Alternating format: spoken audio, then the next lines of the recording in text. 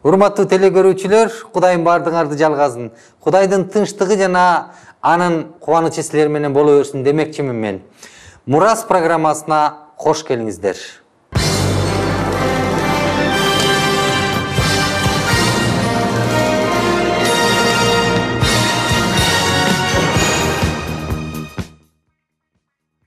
Урматтуу телекөрүүчүлөр, өткөндө биз ушул көрсөтүүбүздө бир жакшы сөзүбүздү баштадык эле, кыргыздын Кудай ким деген. Мына ошону улантып атабыз. Биздин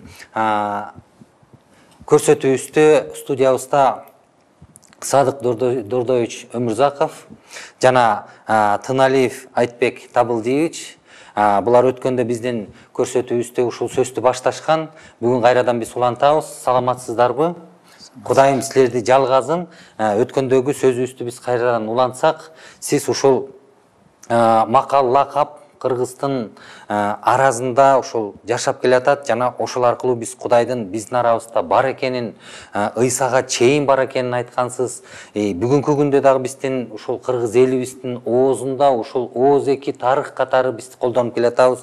Ушул жөнүндө айтып атат элеңиз. Ушул сөздү сиз кайра улантсаңыз, мен ушул сөздү сизге берсем.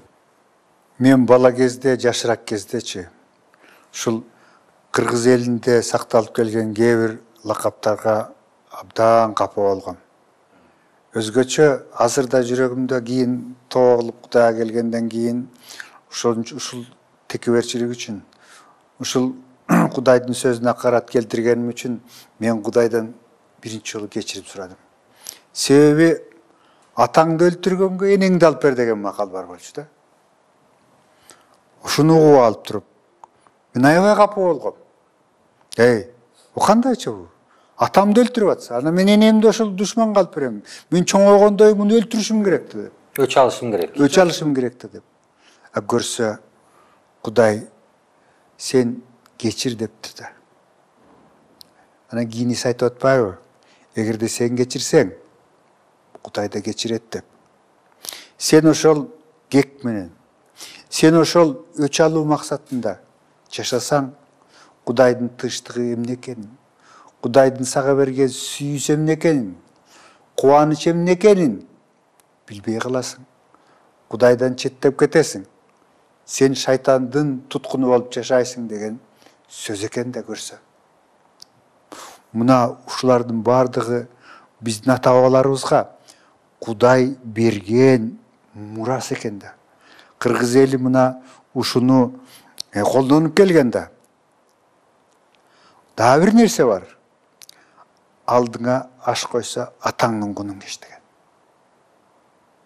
Алдыңа аш койсо атаңдын күнүң кеч дейт. Себеби кечирим, бу дагы кечирим сурап кел дейт да.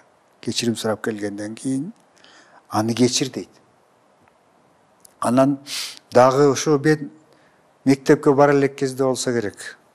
Биздин айылыбызда бир киши бар эле, жигит бар эле. Анан ошол айылда бир акылдуу, эстүү бир кишиге тил тийгизген экен да. Анан кийин ошол сакалдуу кишиге орой сүйлөп койду. Бу кантер экен деген бир мындай болгон бир сөз болгон ошол убактачы. Анан аты жоголуп, малы жоголуп, ушундай боло баштаганда ошо аксакал кишидей болгон бирөө, ал бекер киши эмес, ал Кудай деген аксакалы киши. Сен эмес, биз айылыбыз менен бүт уруубуз менен сыйлайбыз. Ал ушу башынан ушу Кудай батасын берген киши.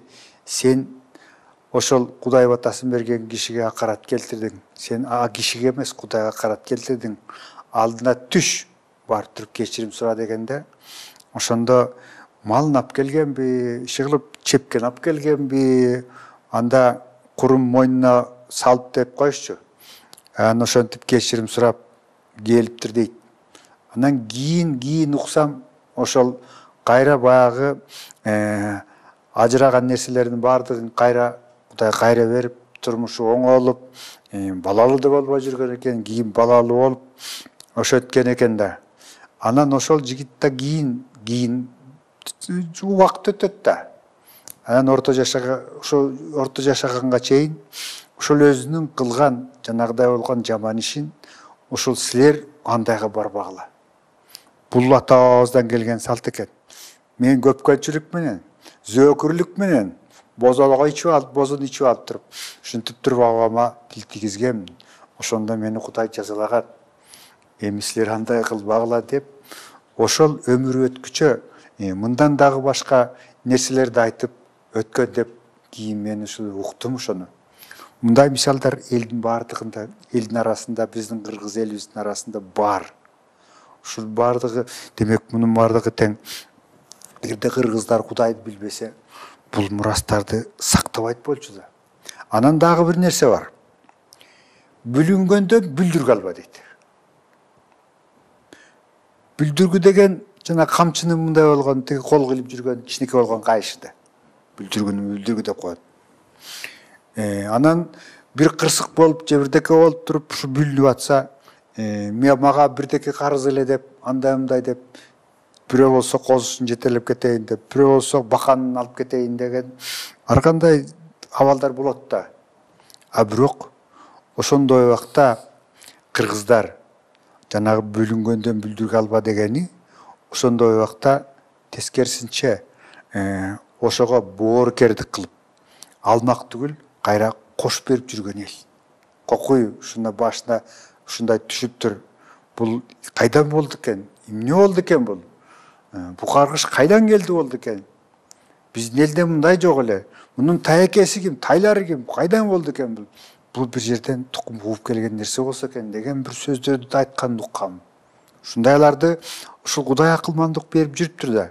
Ошентип жүрүп, тигиндей болгон экен, бу мындай болгон экен.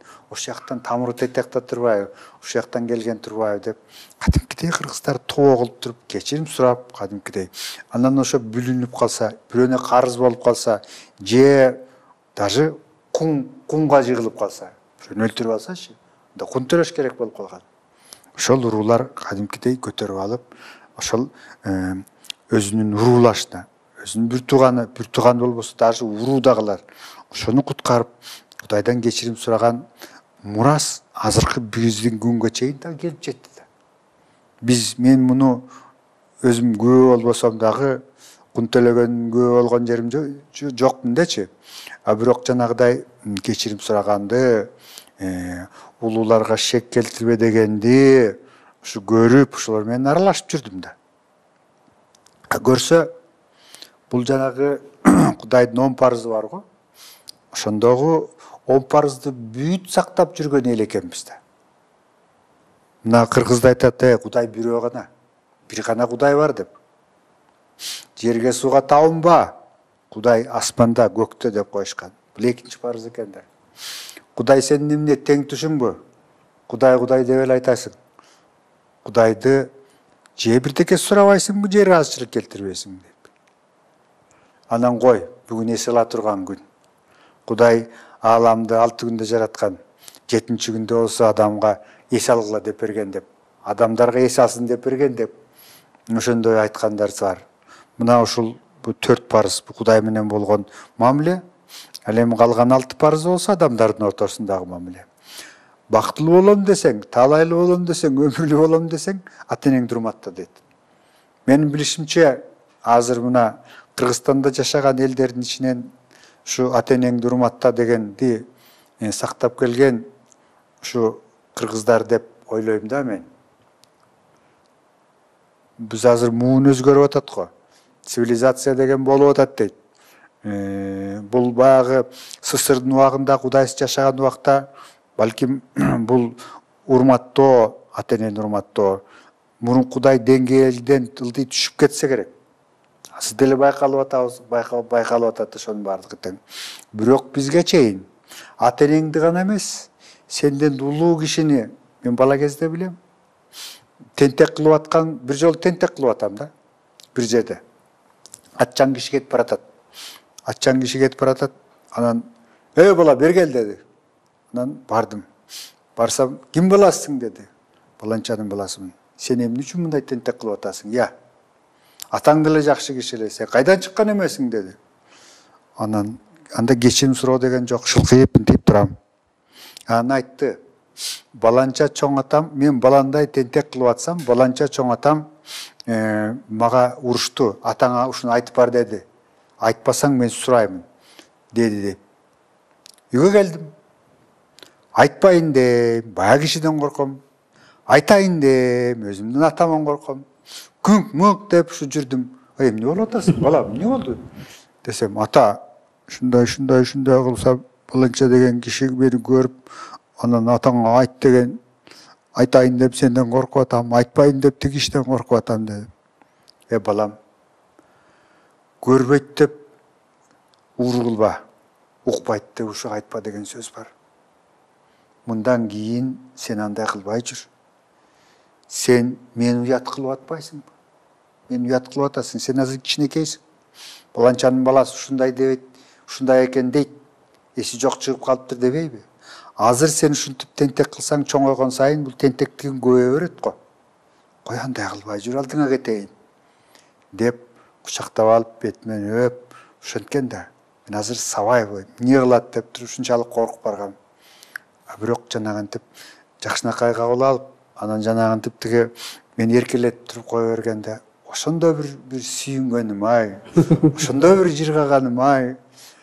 Эгерде сабаса, балким мындай ошол ашкерени мындай кабыл албайт элем. Бизден мурунку муундарда мындан дагы ызааттуулук, мындан дагы улууну сыйлоо көбүрөөк болгон да ошондочу. Анан дагы бир нерсе. Ошол мен 5те экем, 6та экем, ушу мындай кичинекей айылда бир дөң боло турган эле. Ошол жерге аксакалдар чогула турган эле. Анан мен өзүм эрке бала болчумун да. Анан ушу эрте күз болуш керек. Кечке маал суук болот да. Ал убакта аксакалдар тоң кийип жүрүшөт, кичик кийип жүрүшөт. А биз болсо жанагайлак, биз болсо баягы жеңил кийген жан. Аны ошого барсаң сөзсүз атаң баягы ичигин орой коет да. Бир жыргап, жылынып алып туруп, анан үйдө көздөй чымылдап кетип каласың. Анан ошо атама барып туруп, ошо ичигине кирип отурсам, тет жактан бир атчан киши жигит өттү. Жакыныраак чаап өтүп кетти. Ошондо бир аксакал айтты, тетигине бур деди. Бирөөнү. Бирөө барып буруп келди. Ошондо айтты, сен кимсиң өзү, ким баласың? Баланчам, төлөнчөмүн деп атат. Адеби жок. Сен атаң деле мындай эле. Сен таякеңди, таятаң деле билчүрөм. Бул жерде ким отурат? Эмне үчүн чаңдатып атчан десиң? Тет жактан эмне үчүн айланып өтпөйсүң? Дегенде ошо жигит аттан түшө калып, чөгөлөп туруп, кадимкидей кечирим сурадым, мындай шашып бараттым эле, о кыска жол экен, силерди байкабай калыптырмын. Ушунча топ адамды байкабай калгандай, сен де көзүңдү чөнтөңгө салып алдың. Бул сага сабак болсун. Дегенде ошондо ошол жигит ушунчалык эми сынды да. Бул ашкерелөө деген ошо аксакалдардын алдында ошондой зат кылууну унутуп койгондугу үчүн ошол жерден аябай ашкереленип, бурулуп кетпей, ошондо арты менен кетип, анан тигиндей атын жетелеп барып, тет жакка барып туруп минип алып анан кетип калды. Ушул азыр дагы менин көз алдымда туруп атат. Ушунун баары эле улууну узаттоо деген, улууну сыйлоо деген, ошол Кудайдын бизге берген мына бир эки китеп аркылуу, сөз аркылуу бизге Кудай берген, кыргыз элине берген бул чоң мурас экен го. Же болбосо азыр билбейм. Азыр мен бирөөнү мына аксакал болуп калдым өзүм. Чоң ата болуп жүрөм өзүм. Азыр мен бирөөнүн баласы тентек кылып атса, балам бергелчи, ким баласысың десе, какое твое дело, сенин эмне ишиң бар деп айтыш да мүмкүн да. Ал азыр турат, азыр башкача заман болуп атат. Демек биз мына мен деле өзүмдү күнөөлүүмүн деп эсептейм. Балдарымды мен ушунун баардыгын тек балдарыма айтып, ушу момуна болгон мурас бар болчу деп мен деле ушуну тарбиялаган жокмун. Кудайга келгенден кийин анан мына азыр эске түшүп, мына эмне болгон мурас бар экен деп, мына ошол Кудай берген мурастын ушунчалык маанилүү экендигин, ошол мурас ооздон чыккан сөз болуп, ушул дегенде аң сезимге кирип, анан жүрөккө түшүп, анан ошону сактоо керек экендигин мен тогулуп Кудайга келгенден кийин эле билип атпаймынбы муну дагы. Бул кылымдан кылымга элибиздин арасында жашап келген мурас. ушул да азыр айтып атсаңыз ушул макал лакап боюнча эзиме түшүп атат. Таш менен урганды аш менен ур деген сөзүбүз бар. Бул Ыйсанын айткан сөзү да.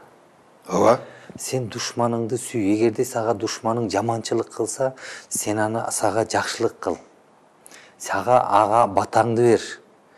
Анан жанагы сиз мурунда айтып кеттиңиз, атаңды өлтүргөнгө энеңди бер деп. Бул кечиримдин эң бир ушундай бир жогорку, эң бир кымбат нерсеси.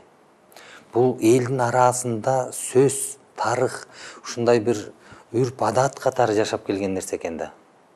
Ушунун баардыгы биздин элибиздин жүрөгүндө, элибиздин канында, элибиздин оозунда жүрүп, кылымдан кылымга, ооздон оозго өтүп келген сөздөр экен. Бул бир гана ыйык сөздөн гана ушул нерсени таба алабыз. Ушул маанилерди таба алабыз. анан дагы бир нерсе, ушул эгерде туугандардын арасында болобу же уруулардын арасында болобу кандайдыр бир чатак болуп же бирдеке болуп ушул араздашып катышпай ошентип калган убакта сөзсүз Кудай иштепти да алар менен. Анан аларды жакындатуу максатында жашырактар болсо дос болчу экен. А дос деген сөз дагы мына ыйык китепте. Кудай Ыбырайымды досум деп атаган. Дос деген сөз мына ошол жерде башталып атпайбы? Дос деген сөз.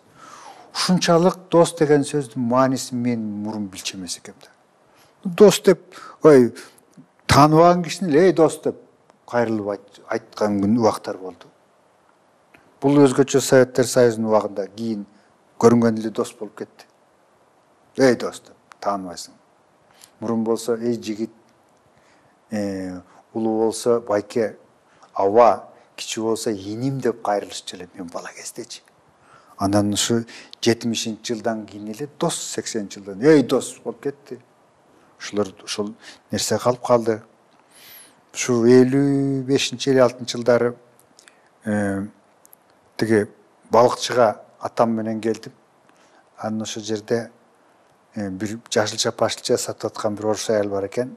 Бир аксакал киши келип туруп, сестра деп туруп анан чолок тил менен ушу бирдекени сурап атат да. А тиги аял урушуп койду. Какая твоя сестра деп.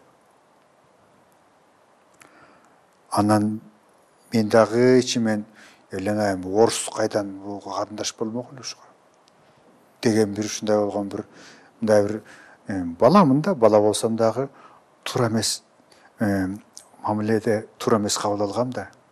Анан кийин мына бир Кудайдын сөзүн билгенден кийин сен ким гана болбогун, улутуңа карабай, Кудай сени жаратканда баарыбызды бир адамдан жараткандан кийин, бир атадан, бир энеден жараткандан кийин баарыңар тең бир туугансыңар деген сөздү ошо өзгөчө Иса бир рухта жүрөс болуп атасыңар деп. Силерди бир рух бириктирип атат деп. Силер жогорудан кайрадан төрөлдүңөр деген сөздү билгенден кийин деп азыр ойлоп атам да. Демек ошол биздин ата бабаларга дагы ушул сөз келип жеткен да. Же болбосо ал сөздү кайдан тапты? Карындашым деп айтайын дейт, тиги түшүнбөйт. Ошондуктан билген тили менен, чолок тили менен сестра деп атпайбы? Ушунун баары эле ушу тетияктан келген нерсе. Ушул Кудайдын жолу менен жашап жүргөн кыргыз элинен келген нерсе. Анан дагы жана 10 парыз тууралуу жана бир аз айттык го. Бирөөнүн көсөсүн алба дейт. Чычаласына тийбе дейт. Башканы кой, көсөсүн алба дейт. Чычаласына тийбе. Кылына кара санаба дейт. Кыл деген эмне? Бир тал кыл да, бир тал нерседе. Ошону да алба деген экен да. Уурдаба деген Кудайдын парызы да.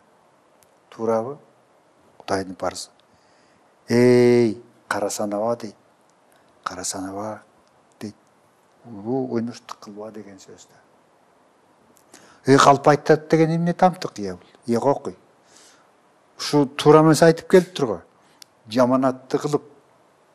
Мына мен эми бул дүйнөдө ушул элдин жүзүн кантип карайм я? Мен аны андай айтпасам дагы ушинтип айтты деп баланча айтып барыптыр дейт. Бул эмне деген шумдук я? Бул биздин тукумда болгон нерсе эмес эле го. Бетиме көө жаап салды да. Мен бул көөдөн эми кантип кутулам? Тигини алып туруп барып беттешпесем болбойт. Муну ушундай боюнча таштап салган болбойт. Муну унуткарууга болбойт. Мунун тамырын кыйыш керек деген сөздөр болгон да. Мына ушул 10 парызды эгерде Кудай ушул кыргыздарга бербесе, кыргыздар муну билбесе, мунун бардыгы тең кайдан келди? Ушунун баары менен жашап келген элде. Мен ушул 10 парызды дагы ушул талдаап отурган убакта ушул өзгөчө бала, мен бала кезим ушу 50-жылдын башталышында өтүп калды да. Согуш жагынан бүткөн, эл аябай жакыр. Анан ушунда нанды деле мындай тоё жеген заман боло элек. Көпчүлүк убакта талкан салып чай иччүбүз, кумшекер кант дегенди билчү эмеспиз. Жайында бут кийим деген жок. Жылаңгайлак жүрчүбүз. Мен балдарыма ушуну айтсам, карап отуруп ишенчү эмес. Себеби азыр заман өзгөрдү да. Ошондой болсо дагы кыргыз элине Кудайым ушунчалык керен жүрөк берип коюптур. Себеби Кудайдын сөзү жүрөгүндө жашаса, Кудай деп жүргөн эл болсо, анан ошол Кудайдын руху жашаган элде жүрөк кенен болот турбайбы? Кыргыздар эч убакта бир жака чыкканда азык көтөрүп чыкчу эмес экен. Кай жерге келсе де, үйдө киши барбы деп түн ичинде келсе дагы, бар дейт. Кудай конок элемсе, түш деп, түшүңүз деп. Барып тамагын берип, төшөгүн салып берип, жаңгыз аны союп берип, деп сыйлап анда кылып, анан эмне жок издеп жүрөсүң, эмне кылып жүрөсүң, тигинде мындай деп, анан жол жобосун айтып, андай болсо тияка бар. Баланчадан салам айт. Мен тигинде жактан таякам бар, же болбосо кудам бар деп туруп жолго мындай узатып койгон. Мына ушул сөзүңүздү азыр мен кичине бөлгүм келет, анткени 1,5 ай мурун мен досторум менен Таластын чоң жайлоону бардым. Ал жерде боз үй. Анан ошол жерде биз кеч болуп калды, саат бир түнкү 11 болуп калды, чырак менен отурабыз, сүйлөшүп. Бир 5-6 адам менен. Анан ошол боз үйдүн ээси өстөр чабан, көп жылдан бери чабан. 20 жылдан ашып калды го дейм, чабан болгон.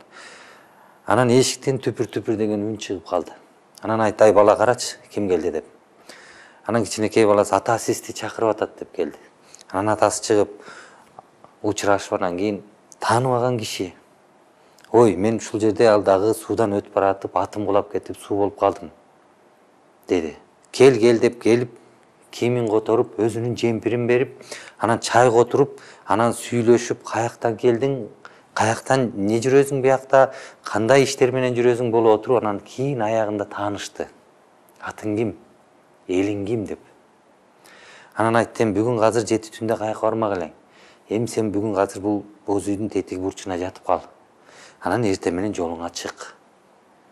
Азыр кайтып аткан сөзүңүз бул кыргыз элинин ичиндеги сакталып калган нерсе. Бул меймандостук. Кудай берген мүнөз да. Бул Кудайдан алган нерсе. Ооба.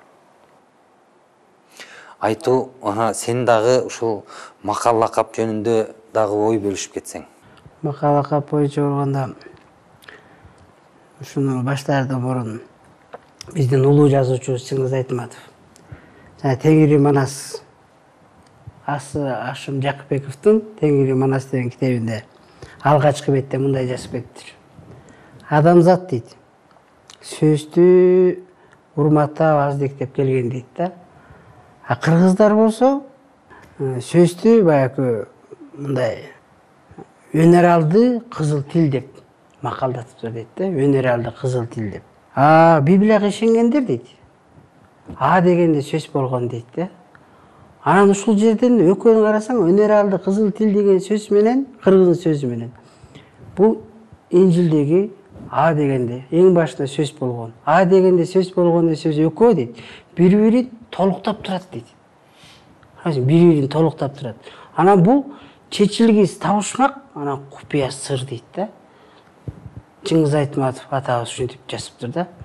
Ана чын эле карасак, биздин макалдарыбызды, лакаптарыбызды бул Библияга, Инжилге, ушу Машайык сөздөрүндө аябай окшош да, салыштырсаң болот. Мисалы эле, эң эле окшошун айтайынчы. Инжилде айтат Машайык, өз көзүңдөгү дөңгөчтү көрбөй, бирөөнүн көзүндөгү кыпынды көрөсүң. Кыпынды көрөсүң дейт. А кыргыздар муну минтип айтат. Өз башыңдагы төөнү көрбөй, бирөөнүн башындагы чөптү көрөсүң дейт.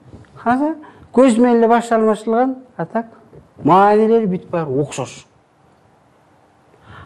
Азыр эле байке айтып кетпеди. Атаңды өлтүргөнгө энеңди алып бер. Ташыртканга ашыргыт. Эми ушул нерсени мына Кудайдын сөзү менен эле окуп берейинчи. Баягы Инжилдеги тоодогу насаат, Иса Машаяктын тоодогу насаат. Биякта мындай дейт. Душманды сүйүү менен жеңүү дейт. Силерге көзгө көз, тишке тиш деп айтылганын уккансыңар. Мен болсо силерге мындай деп айтамын. Жамандык кылган адам менен каршылашпа. Оң жагыңа чапкан адамга сол жагыңды тосуп бер. Сени менен соттошуп, көйнөгүңдү алгысы келген адамга сырт кийимиңди да бер. Могу жерден окшоштурса болот да. Атаңды өлтүргөнгө энеңди алып бер. Көйнөгүңдү тартып алганга ич көйнөгүңдү бер деп. Карасың, мааниси. Сени өзү менен бир чакырым жол жүрүүгө мажбурлаган адам менен 2 чакырым жол жүр.